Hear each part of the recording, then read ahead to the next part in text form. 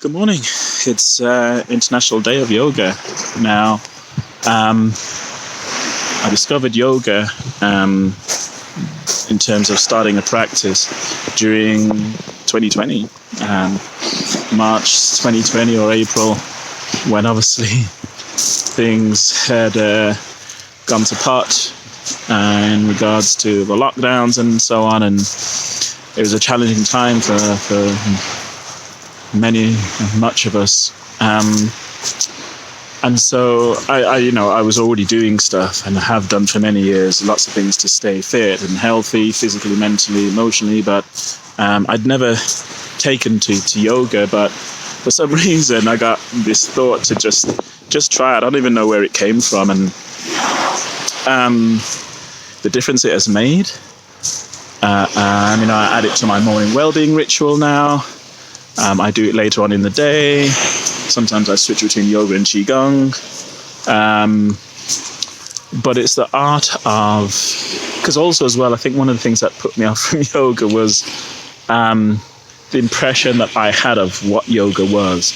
And it was only till I started doing some research and looking into it that it was so much more than what I thought it was. And so, the external image of yoga as it's portrayed in the mainstream is certainly different when you look at the roots of yoga and the history of yoga, when you look at the fact that it's a mind, body and spirit practice. There's so much to it. So I'm not saying you should try yoga. There are other similar mindful practices that involve movement, like I said, like qigong. Tai Chi is one of those as well. But as it's International Day of Yoga, I'm talking about yoga. And for me, it's not about me being some yogi, some yoga expert that I'm going to go out there and start teaching people about yoga. It's really to say, when you're looking for a practice to help with your well-being, to connect mentally, emotionally, spiritually with yourself, with the earth, with the world, with the universe, then yoga is definitely one to take a look at and see if it's for you, because it can be simple. There are some, when we see yoga, we can look at all these complicated yoga moves and think, no, that's not for me. And that's what I thought initially. But actually, yoga movements can be really simple.